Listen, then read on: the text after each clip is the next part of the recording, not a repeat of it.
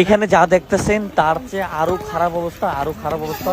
অন্য অন্য জায়গায় যেই সব জায়গায় স্পিড বোট নাই, কোনো কিছুই নাই ওখানে যাওয়ার মতো তাদের দেখার মতো কেউ নাই,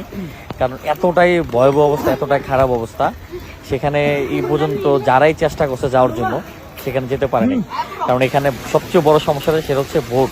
একটা স্পিড বোট, একটা ট্রলার, এগুলো কোনো কিছুই নেই, যার কারণে কিন্তু বাচ্চা থেকে শুরু করে বয়স্ক কাউকে কিন্তু উদ্ধার করা যাচ্ছে না ওখান থেকে। অসংখ্য মানুষ শুনেছি যে পানির সাথে ভাইসে গেছে। বাংলাদেশের বিভিন্ন প্রান্ত থেকে কিন্তু অনেক ভাইরা চলে আসে এই মানুষগুলোর পাশে দাঁড়ানোর জন্য, কিন্তু ওইসব জায়গায় কিন্তু এখন পর্যন্ত যাওয়া সম্ভব হয়নি, কারণ স্পিড বোট ট্রলার কোনো কিছুই নেই, কারণ 31 বছরের ভিতরে এরকম ঘটনা কিন্তু এখানে ঘটে নাই, তাই এখানে মানুষ কিন্তু স্পিড বোট ট্রলার এগুলা ইউজ করে নাই। আর আরেকটা বিষয় হচ্ছে যে এই মানুষগুলা কিন্তু 12 ঘন্টা